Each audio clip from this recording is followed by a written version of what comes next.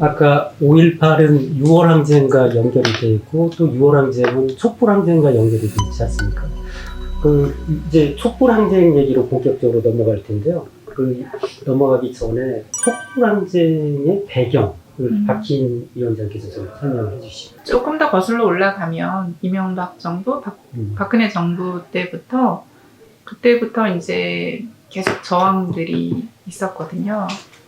특히 이제 이명박 정부 때는 한미 소고기 협상이 있었고, 그때 이제 건강권 문제로 사람들이 거리로 이렇게 쏟아져 나오게 되고, 그러면서 그때도 이제 촛불을 들고 그렇죠. 광화문 네, 미국산 쇠고기 너나 먹어라는 구호로 표현되듯이 그때도 많은 사람들이 또 저항을 했었고, 이명박 박근혜 정부 이후로 미디어법, 그리고 역사교과서 국정화 문제, 그리고 또 박근혜 정부 출범 초기에는 그 관권 부정선거에 대한 그런 의혹도 있었기 때문에 많은 대책위들이 구성이 됐었습니다. 그리고 또 일본군 위안부 관련한武力협상 문제도 있었고, 노동자들은 노동화법 관련해서 끊임없이 개정을 요구했었고, 또 그 과정에서 이제 백남기 농민이 살수자 직사법에 맞고 결국 돌아가시게 됐는데, 그런 것들도 이제 민중들에 대한 공권력으로 표현되는 이런 것들로 엄청난 탄압이 있었고, 그 기폭제가 됐던 건 바로 2014년 4월 16일 세월호 참사가 조금 더 직접적인 게 아닐까 싶어요. 수백 명의 아이들이 물속에 있는데 대통령께서 단 한 번 회의를 소집하지 않을 수가 있습니까? 국가 비상 상황에서 대통령이 비서실장도 모르는 곳에서 7시간 동안 있었다. 청와대에서 이게 가능한 일일까? 10월 24일이죠. 그 JTBC에서 그 태블릿 PC가 이제 공개가 되면서 JTBC가 태블릿 PC 보도를 한 건 2016년 10월 24일입니다. 최서원 씨가 사용한 태블릿 PC에 대통령 연설문이 들어 있었고, 박근혜 당시 대통령이 실제 연설을 하기 전에 최 씨가 모두 열어봤다는 내용이었습니다. 파장은 컸습니다. 보도 다음 날 대통령이 직접 대국민 담화를 하며 민심을 수습하려 했습니다. 최 씨와의 인연은 인정했지만 국정에 개입하고 있진 않다고 설명했습니다. 하지만 문고리 3인방으로 불린 청와대 비서진이 최 씨에게 수시로 보고한 정황까지 나오면서 비선 실세 국정 개입 의혹으로 번졌습니다. 대통령 탄핵을 외치는 촛불이 뜨겁게 타올랐습니다. 그런 비선 실세에 의한 국정농단, 주권자로서 유린된 이런 이제 것들에 대한 분노들이 분출되어 나왔다고 생각합니다. 그래서 거슬러 올라가면 이명박 박근혜 정부 때부터 자기 권리에 대한 요구들이 분출되어 나왔고, 그것이 세월호 참사를 거치면서 구체적으로 더 기폭제가 됐다라고 봐집니다. 이명박 정부 때부터 한 7, 8년 네. 이렇게 거쳐오면서 여러 가지 권위주의적인 그런 정치행위 이런 것들에 이제 세월호 참사가 직접적인 기폭제가 됐다 이렇게 설명해 주셨는데, 우리 장수찬 교수님은 어떻게 생각하세요? 그러니까 전체적으로 이제 맥락적으로 보면은 저희들이 노태우 정권이 들어섰는데, 노태우 정권은 최소 한도의 민주주의, 최소 민주주의라고 그러죠. 그러니까 선거민주주의, 선거를 통해서 뽑았잖아요. 그러니까 선거민주주의는 확보했다 이렇게 얘기할 수 있습니다. 그리고 저희들이 이제 절차적 민주주의를 확보를 언제 하는가 하면은 이제 김대중 대통령이 당선됐을 때. 왜냐하면은 이게 야권에서는 한 분을 잡아야 되거든요. 이게 권력이라는 것이 돌아가면서 권력을 가져갔을 때 이거를 절차적 민주주의가 나름대로는 이게 완성됐다고 얘기할 수 있는데, 그래서 절차적 민주주의가 확보가 됐어요.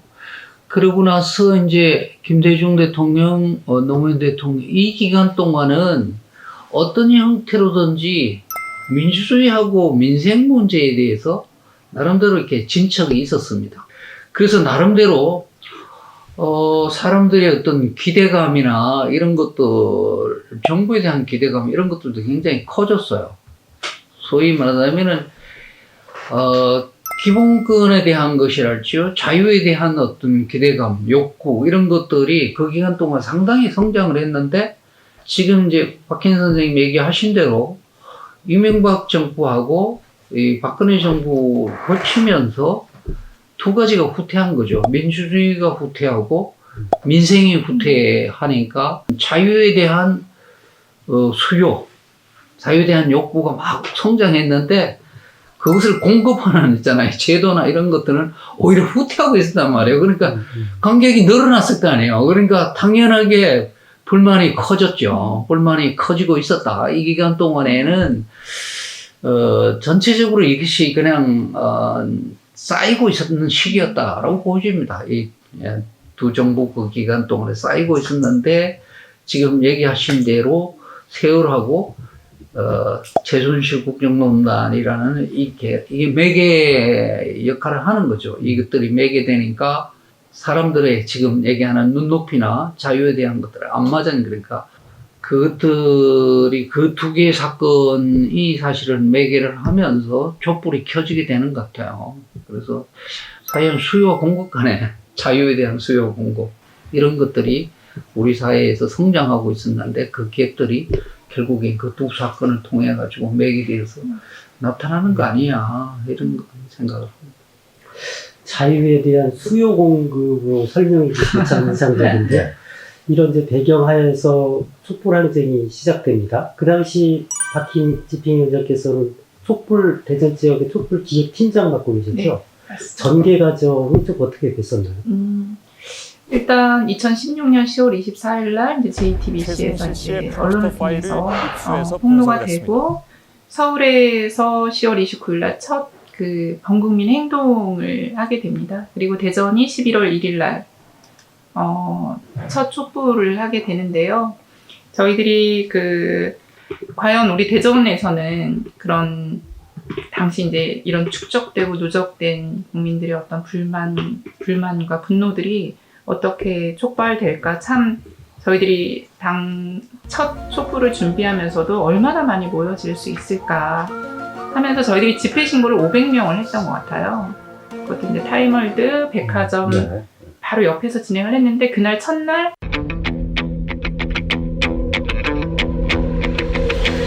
3,000명이 모였어요. 저는 이게 대전 촛불이 전국적으로 가장 길게 한 촛불이거든요. 횟수로도 가장 많이 했어요. 최장 촛불이 대전 촛불이에요. 처음에는 이제 하야하라라는, 박근혜는 하야하라라는 구호로 시작했지만 국정농단 세력들에 대한 분노가 굉장히 커졌고, 그러다 보니까 최순실은 구속하라, 공범들 구속하라, 이런 이제 구호로 이제 확대가 됐고, 그때만 해도 저희들이 첫 촛불 이후로 매일 촛불을 진행을 했어요. 주중에도 매일 진행하면서 범국민 행동이라는 10만 대전 시민 시국대회라는 아주 구호를 크게 걸고, 타임월드 옆에서 맞은편 8차선 도로를 다 그 집회 신고를 내고 가득 메우는 이런 이제 촛불 집회를 시작하게 됐습니다. 지난 주말과 휴일 이틀간 대전에서는 10만 명의 시민들이 촛불을 들고 거리로 나와서 대통령 즉각 퇴진을 외쳤는데요.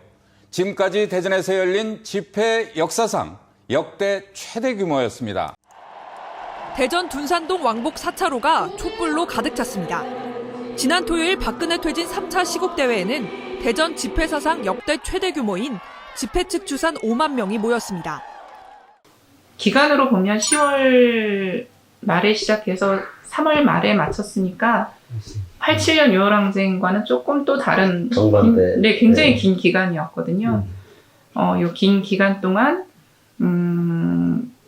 박근혜 대통령이 국회에서 탄핵소추안이 발의가 됐고, 또 헌법재판소에서 파면이 결정나고, 또 그 이후에 공범자들이 구속되는, 그러면서 이제 촛불혁명이 승리했다라고 이제 저희들이 좀 시민들하고 자축했던 과정도 있었던 것 같습니다.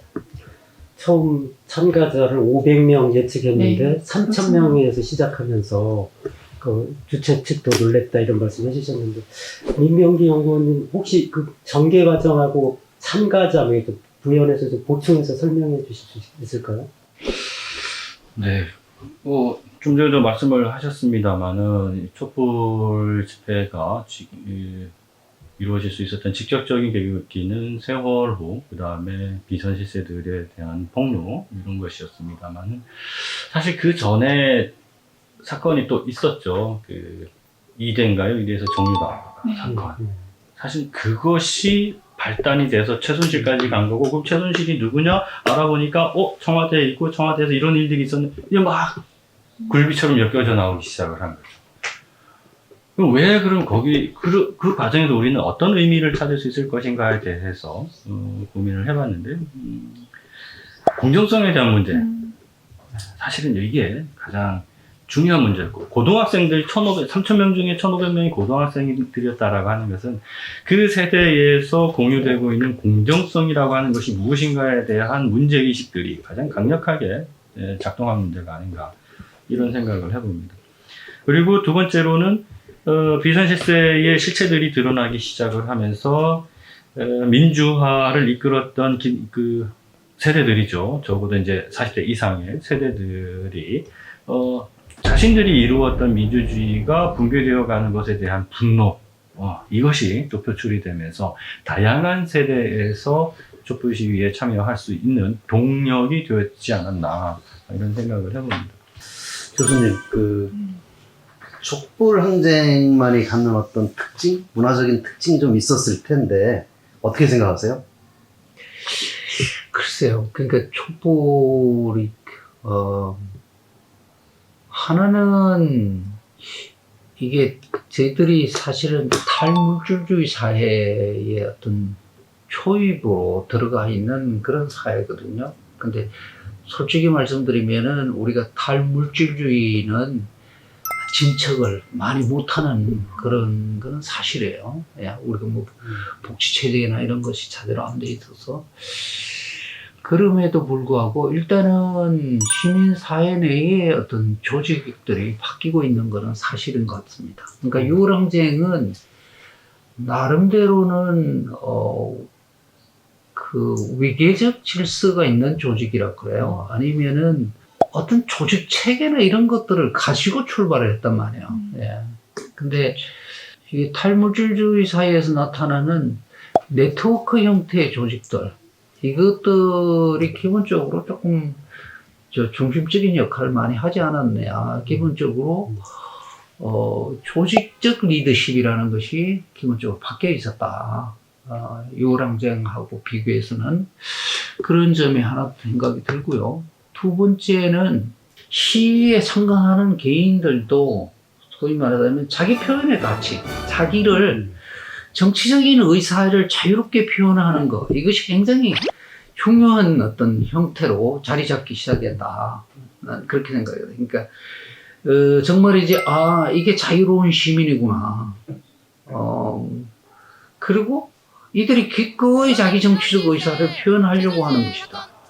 그리고 엘리트의 부패에 대해서 저항하는 거, 이런 것은 당연한 어떤 권리로서 이렇게 자기 표현을 해나갔다.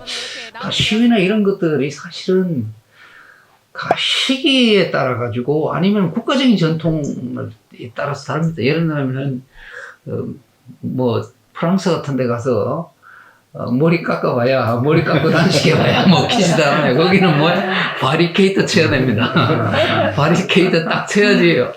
그래? 쟤들이 심각하네. 권력자도 부셔버리잖아요. 그러니까 우리는 기본적으로 시위가 촛불이라는 형태로 나타났단 말이에요, 이게. 촛불이라는 형태. 굉장히 평화적이잖아요. 원래 우리가 사실 굉장히 유교주의 사회가 폭력이 굉장히 통제되는 사회입니다. 그것이 어떤 형태로든. 소위 국가가 가지고 있는 권력이든 아니면 우리든 시위를 하는 놈들도 그렇고 다 이게 서로 폭력을 통제하는 쪽인데, 이것들이 매개가 돼가지고 좀 더 평화로운, 6월 항쟁도 평화롭기 시작했습니다만은 좀 더 평화적인 형태로 뛰어나가는 것이 아니었나 탈문주들 사이에서 그런 생각이 들어요. 그러면 굉장히 어떤 면에서 평화로운 상태로 자기 의사를 표현하고 서로 말하자면 그것을 심각하게 권력자들도 받아들인다 그러면은 그것도 더 좋은 건 없죠. 어떤 면에서 그런 것을 어떤 면에서 시도했고 그것이 하나의 시위 문화로서 있잖아요. 정착되는 어떤 계기 뭐 이런 것들을 만들지 않았나 이런. 저도 기억해 보면 그 아까 국가마다 그 양태가 좀 다르다라고 말씀하셨지만 시대별로도 좀 다른 것 같기는 해요. 우리가 이 시위를 하는 거는 어쨌든 지지를 획득하고 또 많은 사람들에게 동의를 얻어내는 과정인데 87년 6월 항쟁은 그래도 뭐 돌을 던지고 화염병도 던지고 했지 않습니까? 그렇게 해서 체류탄도 그래서 기억에는 그 한여름에 그 체류가스 맞아가면서 이렇게 싸웠던 기억이 있는데 이제 정반대로 우리 촛불 항쟁에 오면 아주 평화롭게 촛불을 들고 그것도 또 한겨울이었어요. 한겨울. 그래서 정반대로 이제 아주 추울 때 그 진행을 했었던 것 같아요. 저는 이제 그런 그 기억이 있습니다만 우리 박정희 청장님은 어떻게 촛불 항쟁에 대해서 어떻게 저는 뭐 몇 가지 딱 찍혀 있는 장면들이 있죠. 일단 촛불로 가득 찬 거리. 예, 뭐 광화문 광장도 그렇지만 우리 그 갤러리아 맞은편 쪽 거리도 끝간데 없이 촛불로. 물론 어떨 때는 좀 적지만 대부분은 굉장히 긴 길에 촛불이 그냥 쫙 이렇게 있는 그런 장면들. 그리고 그 무라카미 하루키의 상실의 시대를 패러디한 순실의 시대. 예. 그 왜 뉴스 브리핑, 앵커 브리핑인가요? 뉴스룸 앵커 브리핑에서 그게 나왔던 거 기억이 나고, 이게 저는 피켓 중에 이게 나라냐. 이 피켓이 가장 저한테는 딱 와서 나왔던 것 같고요. 그리고 굉장히 다양한 문화 프로그램들이 진행이 됐잖아요. 그 전에 미국산 광우병 그 반대할 때부터 그런 게 있었던 것 같아요. 그냥 사람들이 모여가지고 그냥 촛불만 들고 있을 수는 없으니까 노래도 하고 그거 다 자원봉사 하신 거잖아요. 그리고 학생들이 발언이 왜 이렇게 예쁜 거예요? 말을 얼마나 잘하는지. 우리 초소년들 정말 우리한테 미래가 정말 영롱하게 비치는구나 이런 느낌도 있고, 그래서 그런 장면들이 저한테는 굉장히 각인이 되고, 그리고 우리 박희은 선생님이나 이런 분들 활동가들의 헌신은 정말 박수를 보내줘야 될 것 같아요. 그러니까 6월 항쟁, 촛불 항쟁 다 직접 겪어본 세대인데 어떤 공통점이 있고 어떤 차이점이 있을까요? 가장 큰 공통점은 이제 전국 동시다발로 국민들이 참여했다는 게 가장 큰 거고요. 그리고 이제 부당한 권력, 전두환 독재 정권에 맞선 게 6월 항쟁, 그리고 촛불은 비선실세 국정농단에 맞선 게 이제 촛불이니까 이걸 통해서 주권쟁의라는 것을 다시 한번 우리가 확인하게 되고 민주주의가 조금 더 진일보하는 과정으로 갔다. 그리고 어쨌든 주 의제는 달성이 됐죠.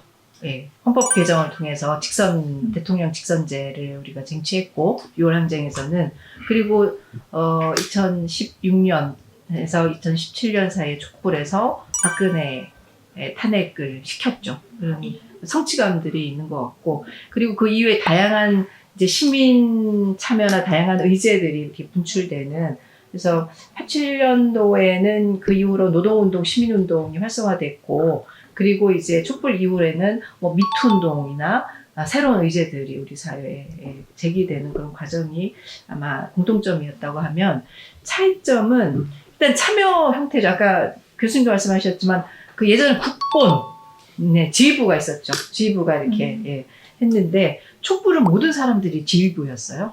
그렇죠.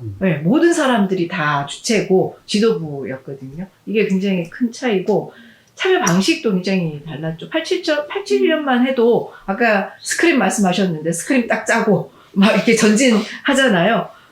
근데 그런 게 아니고 문화를 통해서 함께 즐기고, 함께 놀고, 그래서 가족이 함께 참여하는, 정말 어린애들 데리고 와서 같이 하고 청소년들 데려와서 같이 하는 참여 방식이 조금 달랐던 거.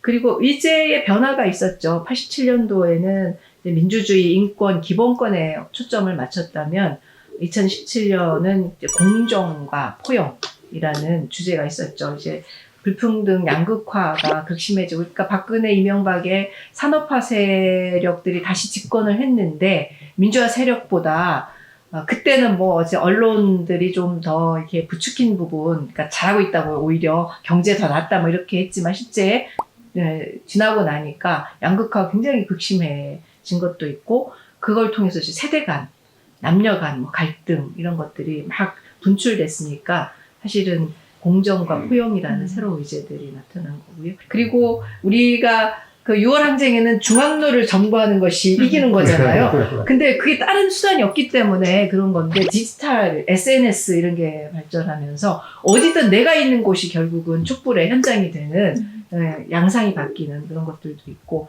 그리고 한국 촛불 집회가 외국에 또 아시아권에 뭐 홍콩 민주화나 최근에 미얀마 군부 독재 쿠데타 반대하는 시민혁명이나 이런 거에 굉장히 큰 영향을 미쳤고, 일본 사람들이, 특히 일본의 이제 시민사회 민주화 세력들이 우리 촛불 킬 때마다 와가지고 그렇게 봤다네요. 너무 부럽게 봤다고 합니다.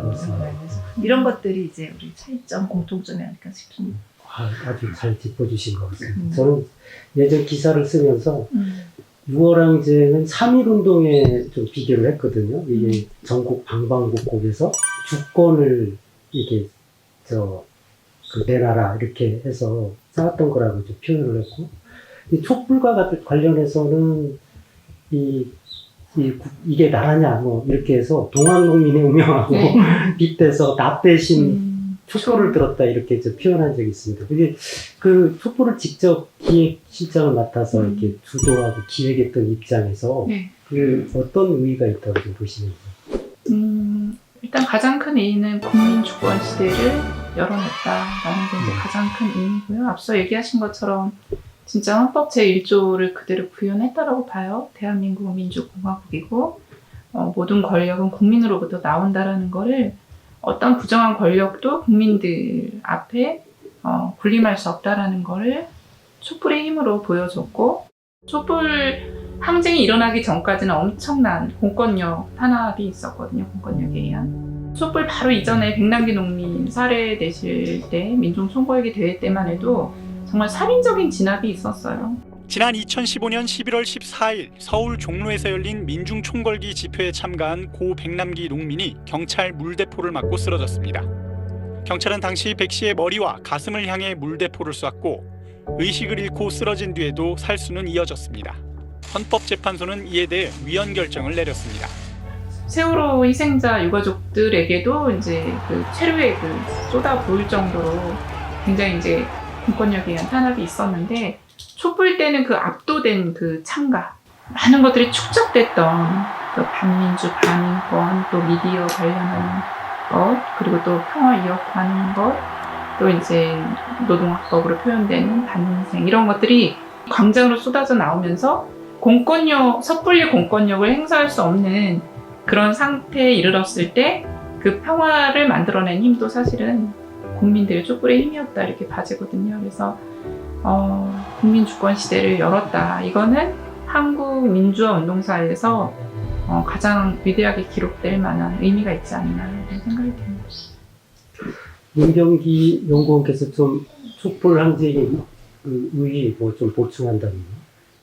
네, 앞서서 많은 말씀을 해주셨기 때문에 제가 간단하게만 말씀을 드리면, 이제 시위라고 하는 것, 집회라고 하는 것이 이제 누구에게나 익숙해지는 시대가 되었다라고 하는 거죠. 저게 우리 장찬 교수께서 말씀을 해주셨습니다만, 이제 경제적인 그 욕구뿐만 아니라 나를 표현하고 싶은 것, 여기에 대한 욕구들이 커지는 거죠. 그러니까 시위라고 하는 것은 가장 정치적으로 나를 표현하는 가장 정점에 있는 겁니다.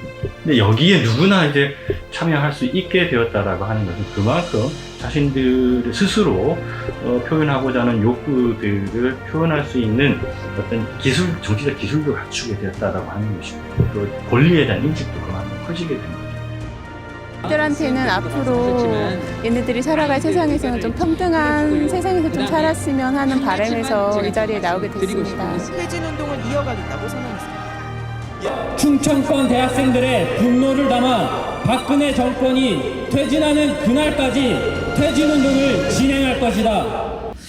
촛불 항쟁이 갖고 온 그 사회 정치적 효과는 무엇이라고 생각하세요, 교수님? 가장 큰 거는 일단은 부패한 권력자를 감옥에 집어넣은 겁니다. 예.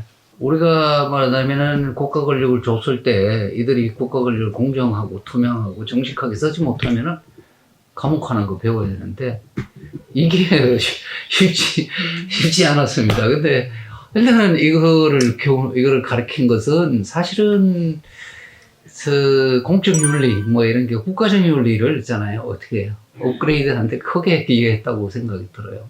그리고 두 번째는 7개 국가가, OECD 국가들 중에서 7개 국가가 민주주의가 진화했어요. 그 중에서 가장 빨리 진화한 것이. 그러니까 저희들이 52점이었거든요. OECD가 평가한 민주주의 질. 이게 52점이었는데 66점 확보했다.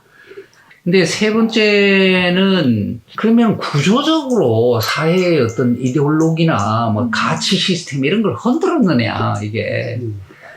그러니까 소위 말하자면 민주주의나 자유에 대한 거 뭐 이런 아니면은 소위 사회경제적 진보적인 가치나 뭐 이런 거에 진전을 이뤘느냐. 변하고 있었어요. 변하고 있었고 그 중에서 헤게모니는 사라졌다고 봐요. 제가 보기에는.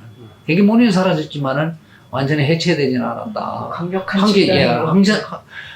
소위 말해서 헤게모니 사라졌다는 얘기는 해체되지는 않았지만 약화된 거는 분명한 것 같아요. 그런 면에서 진전을 봤는데, 그러면은, 자, 진영이 흔들렸잖아요. 진영이 흔들렸으면 그걸 가지고 주민재건의 문제나 아니면 사회경제적인 문제나 이런 것들의 제도화, 이런 것들을, 그러니까 국가 권력을 변화시켜야 되거든요. 주권자 중심으로 변화시키는데, 거기는 상당히 어려움이 있다. 상당히 어려움이 있었다라고 생각이 들고요. 그런 면에서는,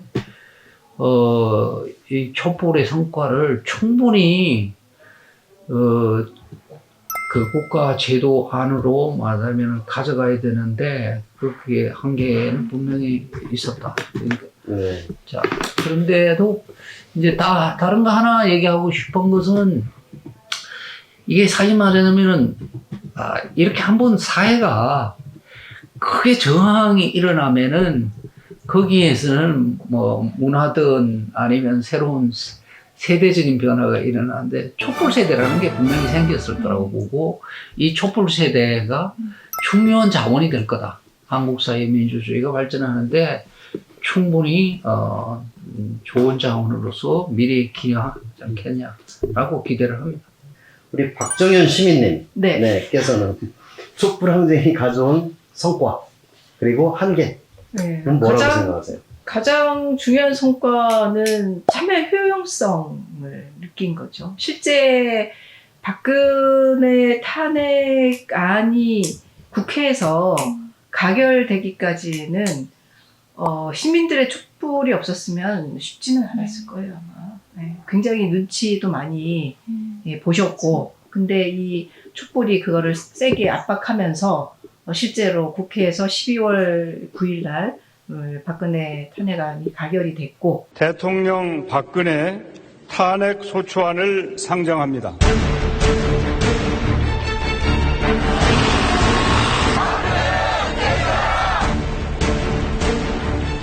대통령 박근혜 탄핵 소추안은 가결되었음을 선포합니다. 그리고 3월 10일 날 헌법재판소에서 대통령 박근혜를 파면한다. 이렇게 결정이 나지 않았습니까? 결국 피청구인의 위헌 위법 행위는 국민의 신임을 배반한 것으로 헌법 수호의 관점에서 용납될 수 없는 중대한 법 위배 행위라고 보아야 합니다. 주문, 피청구인 대통령 박근혜를 파면한다. 이거는 시민들이 정치권을 세게 압박하면서 실제 정치권이 움직인 사례이기 때문에 굉장히 효용성을 많이 경험을 하셨다. 그리고 앞서도 말씀하신 것처럼 세계 시민들이 놀랐죠. 그 오랜 동안 거의 4개월을 집회를 하면서 쓰레기도 다 치우고 가셔. 무슨 폭력행위가 있었던 것도 아니고, 외국은 우리가 선진국이라고 얘기한 유럽 이런 데도 보면 집회하면 완전 폭력적인 게 많잖아요. 근데 그런 게 하나도 없고 가족이 나와서 다 즐기면서 했으니까 그렇죠. 세계가 유모차 끌고 나오기도 네. 하고. 예. 그리고 이걸 통해서 이제 효용감 느껴지니까 직접 민주주의에 대한 욕구도 굉장히 강해진 게 우리 이제 성과인 것 같고요. 한계는 직접 민주주의 욕구가 굉장히 강해졌고 정치권을 압박했는데 그러면 그거에 그 필요한 새로운 세력들이 정치권 안에 수혈되고 시민 정치 이름으로 일상적으로 통제되고 하는 시스템이 됐냐? 그거는 아직은 좀 아닌 것 같습니다. 근데 그거는 안 됐다 이런 문제는 아닌 것 같고 우리가 촛불에서 한계를 얘기할 때는 이건 ING 계속 진행형이기 때문에 지금 이런 정도의 수준이고 앞으로 우리가 해야 될 과제 정도로 보면 좋지 않을까라는 생각이 들고요. 특히 사회경제적으로 지금 굉장히 어렵잖아요. 지금 이미 세계화는 끝났잖아요. 그러면 이제 산업 그 블록권과 금융 블록권이 이 두 축이 형성되는데 그 중에 이제 우리가 딱 가운데 있단 말이죠. 이런 세상의 흐름 속에서 우리가 어떻게 이 사회경제를 양극화를 줄일 건가 이런 논의들이 더 촉발돼야 되는데 정치권에서 그런 것들이 잘 진행이 안 되는 이런 어려움들. 그래서 어쨌든 촛불은 아직 끝나지 않았고 이런 과제들을 우리가 받아서 앞으로 어떻게 할 것인지가 지금으로선 중요하다 이런 생각이 지금 이제 뭐 ING 과정이라고 보면 이제 과제가 좀 필요할 텐데 과제는 조금 이따 우리 또 논의해 보고요. 우리 그 민병기 연구원님은 어떻게 생각하세요? 성과와 과제 함께에 대해서? 성과는 뭐 아까 말씀드린 대로 네네. 본인들의 정치적인 그 가치를 인식하고 그걸 표현할 수 있는 어떤 힘을 가지게 됐다라고 하는 것들. 그리고 뭐 아까 말씀하시긴 정리 그거를 뭐 정치적 효능감의 증대다 뭐 이렇게 네. 표현을 하기도 합니다. 한계를 저는 짚어보면 적어도 혁명이라고 하는 것은 아직까지는 좀 아니지 않을까. 그걸 붙이기에는 좀 미흡한 부분은 분명히 있겠다라는 생각을 해봅니다. 물론 혁명이라고 할 때에는 정권을 교체하는 것에 더해서 그 사회의 주류 인식이 변화가 되었을 때, 체제와 구조 자체가 다 변화되었을 때 우리는 혁명이라고 이야기를 할 수 있는데, 여전히 우리는 87년 체제에 살고 있고요. 단지 위임받은 권력만 바꿨을 뿐이죠. 또 하나는 아까 장사님께서 이제 촛불 세대가 앞으로 우리 사회를 이끌어가는 중요한 중심에 서게 될 거다라고 말씀을 해주셨습니다. 그 부분에 대해서는 뭐 충분히 공감을 하는 부분인데, 근데 한 가지 여기서 우리가 고민을 해봐야 될 것은 그럼 왜 2016년 촛불에 참여했던 중고등학생들이 지금 20대란 말이죠. 20대 초중반인데 이들은 왜 지금 보수화되고 있는가를 한번 살펴볼 필요가 있다라고 생각이 듭니다. 지난 대선 기간 동안 또 이번 지방선거에서도 나타났지만 가장 극명하게 투표 성향에 있어서 차이를 보인 거는 20대와 30대였습니다. 완전히 반대되는 결과. 과연 그들에게 촛불은 어떤 의미였을까? 이런 부분들을 좀 더 심도 있게 살펴볼 필요가 있겠다라는 생각이 듭니다. 박힌 위원장님은 어떻게 생각하세요? 성과와 한계에 대해서? 성과는 앞서 얘기하신 것처럼 정말 직접 민주주의 시대를 연 것이 가장 큰 성과라고 봐지고요. 한계라고 하는 것은 지금 얘기하신 것처럼 그러면 불평등 체제를 바꿔냈는가라고 보면 바꿔내지 못했다는 거예요. 기성 권력으로의 교체였지. 그 단적인 게 바로 당시 촛불을 들고 외쳤던 사회 대개혁 과제들 중에 제대로 이루어진 게 하나도 없다는 거거든요. 그러니까 부정한 권력을 끌어내리고 조기 대선을 통해서 정치 권력을 교체했지만 이것이 주권자인 우리 촛불 항쟁, 촛불 혁명을 주도했던 세력들이 정치에 직접 참여하고 그들이 결정하고 그들에 의해서 사회 체제를 교체할 정도의 수준 그런 준비가 됐나라고 보면 그것은 한계점이었다고 봐집니다. 그래서 앞으로 저희들이 이제 보면 그러면 이런 이제 불평등 그리고 이제 불공정 사회 또는 이제 지금 분단 체제 이런 체제를 교체하는 것이 바로 앞서 얘기하신 대로 우리가 촛불 혁명을 얘기할 때는 촛불을 주도했던 이 세력들이 이 체제를 교체해낼 때라만이 우리가 촛불 혁명을 좀 완성했다라고 좀 표현할 수 있지 않을까 하는 생각이 듭니다. 지금까지 그 성과 한계 짚으면서 그 낡은 시스템을 흔들긴 했는데 그것을 제도화하거나 체계를 교체하는 데까지 이르지 못했다 이런 말씀을 좀 했습니다. 그 여기 이 좀 한계에 대한 평가 속에서 사실은 향후 어떻게 촛불 항쟁을 계속 발전시켜야 되느냐에 대한 과제도 들어있다고 보는데, 근데 이번에는 좀 향후 우리가 좀 해야 될 남아있는 숙제, 과제들만 좀 모아가지고 좀 얘기를 짧게 좀 정리해 보도록 하겠습니다. 먼저 박희인 위원장부터. 네. 일단 이제 촛불혁명을 통해서 시민들의 정치의식, 민주의식이 상당히 높아졌고, 저는 이 높아진 시민들의 의식이 사실 역량화되어야 한다고 생각합니다. 역량화될 때 그들이 힘을 발휘할 수 있고 또 직접 정치에 개입할 수 있는 정도로 더 높여내야 한다라고 보거든요. 그래서 저희들이 비판하고 견제하고 이런 거에 그치는 것이 아니라 직접 행정 또는 이런 행정 권력에 직접 발휘하고 직접 참여하고 그들로 하여금 실행할 수 있게끔 압박하는 그런 정도의 정치 활동이 일상화되어야 한다. 그러려면 민주주의 시민 역량을 더 강화해야 한다라는 생각이 들고요. 네, 일단 여기까지 하겠습니다. 임경기 의원께서는 아까 촛불 세대가 고수화됐다, 왜냐 이런 그 질문을 던졌는데, 과제에서 조금 해법도 좀 과제에서 그 얘기도 좀 언급을 좀 해법 비슷하게 좀 얘기를 해줘야 될 것 같습니다. 해법은 저도 잘 모르겠어요. 계속해서 뭐 이야기하고 대화하고 하는 과정 속에서 좀 장기간에 걸쳐서 찾아야 되지 않을까 이런 생각이 들고요.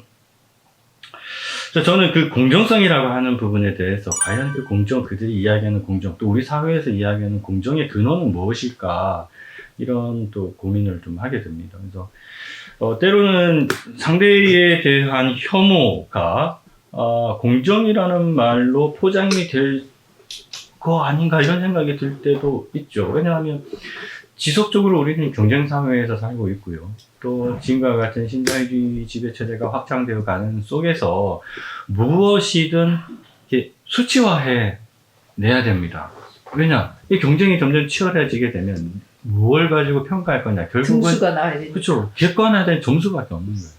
과연 이러한 그 과정 속에서 이게 이제 사회적인 분위기로 나타나게 되면 과연 우리가 이야기하는 공정이라고 하는 것의 방향이 어디로 갈 것인가, 그리고 그것이 우리 사회에서 시민성을 기르고 민주적 공동체를 형성하는 데 있어서 과연 이러한 인식들이 어떻게 작용할 것인가, 저는 거기에 대해서 좀 고민이 사실 많이 되고요. 또 촛불이라고 하는 것은 길게는 어쨌든 아까 출발을 5.18에서부터 시작을 했습니다만 길게 이어져가는 민주화를 우리 사회에서 완성하는 그 기간들 속에서 이 촛불이 이제는 정말 완전하게 우리 사회의 민주주의를 이룩하는 좀 하나의 끝지점이 되었으면 좋겠다라고 하는 바람을 가져보지만 앞으로 더 많은 고민들이 필요하지 않을까, 뭐 이 정도로 제가 정리를 하겠습니다.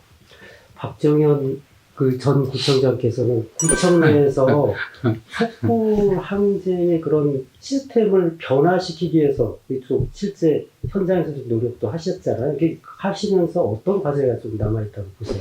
참여죠. 제가 가장 이제 구청에서 주안점을 뒀던 게 그 주민 참여에 주안점을 뒀고요. 다들 어려워하세요. 공무원들도 어려워하고 시민들도. 왜냐하면 이게 훈련이 안 된 거잖아요. 형식적으로 위원회는 있으나 그런 걸 하자는 게 아니고 계획에, 모든 계획은 아니지만 어쨌든 우리 시민들에게 영향을 미칠 주요한 계획들, 그리고 미래를 준비하는 주요한 계획들에게는 시민들과 함께 처음부터 계획도 잡고 조금 덜이 가더라도 과정도 같이 나누고 결과도 함께 가져야 된다고 저는 생각하거든요. 그래서 그런 과정들이 되지 않으면 참 어렵다. 저는 또 하나는 이제 한 시대에는 간 것 같아요. 왜 우리 어디에 나왔는지는 제가 잘 모르겠는데 과거는 갔으나 미래는 오지 않았다 이런 얘기가 있잖아요. 한 시대, 제가 생각하는 한 시대는 산업화, 민주화 시대는 간 거 아닌가?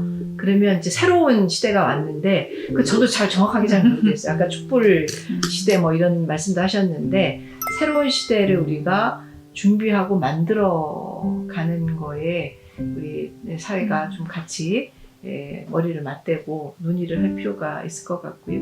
그건 결국은 노무현 대통령께서 말씀하셨던 깨어있는 시민의 조직된 힘이 민주주의 최후의 보루다. 이 말씀이 가장 기반이 되지 않을까라는 생각을 합니다. 참여합시다. 네.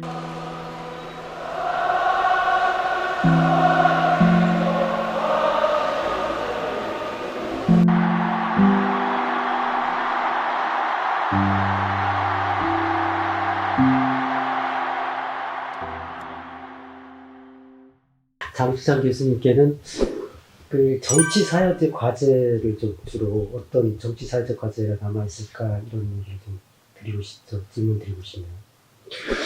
일단은 그거에 대해서 포괄적으로 제가 답을 하면서 그 민명기 박사님이 제기한 20대, 특히 20대 남성들은 왜 말하자면 촛불 세대인데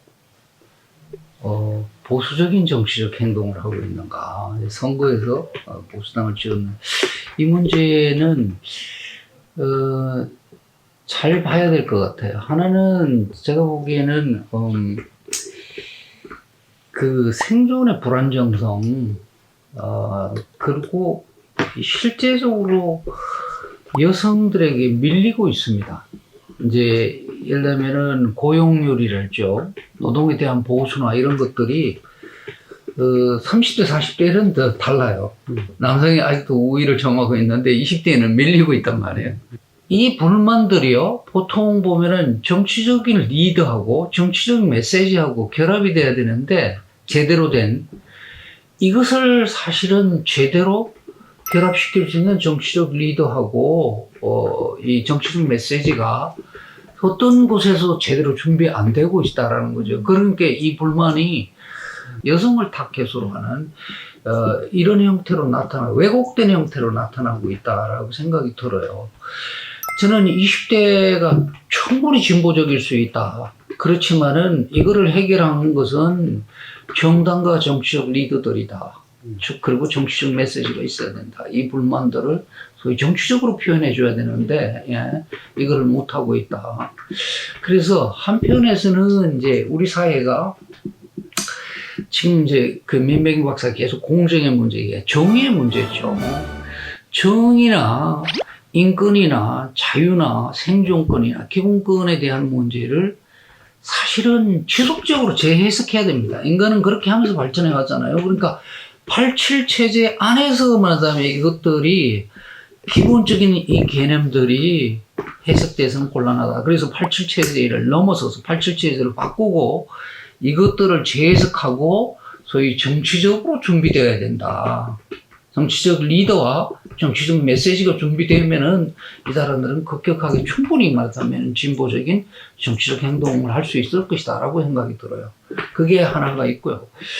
두 번째, 우리 이제 박정현 시민께서 얘기하신 것 중에 참여인데, 자, 참여를 하려고 그러면은 참여에 대한 공적 공간, 정치적 공간을 만들어줘야 된단 말이야.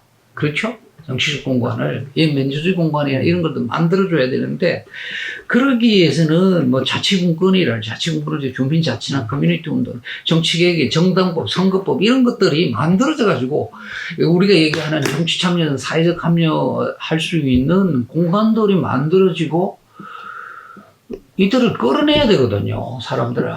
이 공간들이, 공적 공간들이 건강하고 이렇게 만들어지지 않을 때는 우린 개인들은 사적 공간에 머물게 돼 있습니다.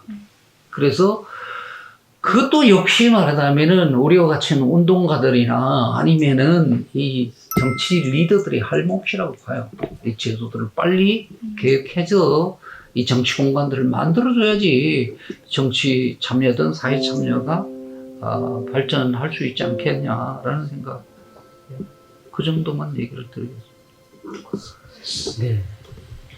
지금까지 그 네 분의 대전 시민이자 또 전문가분들 모시고 대전 지역의 그 민주화 운동의 성과 우위를 좀 짚어보았습니다. 또 그럼에도 불구하고 절차적 민주주의가 효과적 민주주의로 아직 진전되는 데는 한계가 있고 앞으로 어떤 것들을 좀 어떻게 나가야 될까에 대한 과제까지를 좀 살펴보았습니다.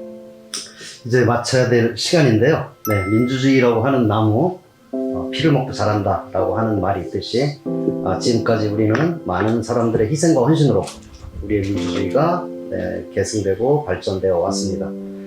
다들 지적하신 대로 민주화운동의 정신을 계승 발전시켜 나갈 과제가 우리 앞에 놓여 있다라고 할 수 있겠는데요. 누구나가 참여할 수 있는 정치 시스템을 만들어서 권위주의를 타파하고 국가 권력을 분산하고 민주주의를 공고화하는 일, 이런 일들이 우리 앞에 놓인 과제라고 생각됩니다. 오늘 이 자리에서 좋은 말씀 해주신 네 분의 전문가 여러분 수고 많으셨습니다. 고맙습니다. 수고하셨습니다. 감사합니다.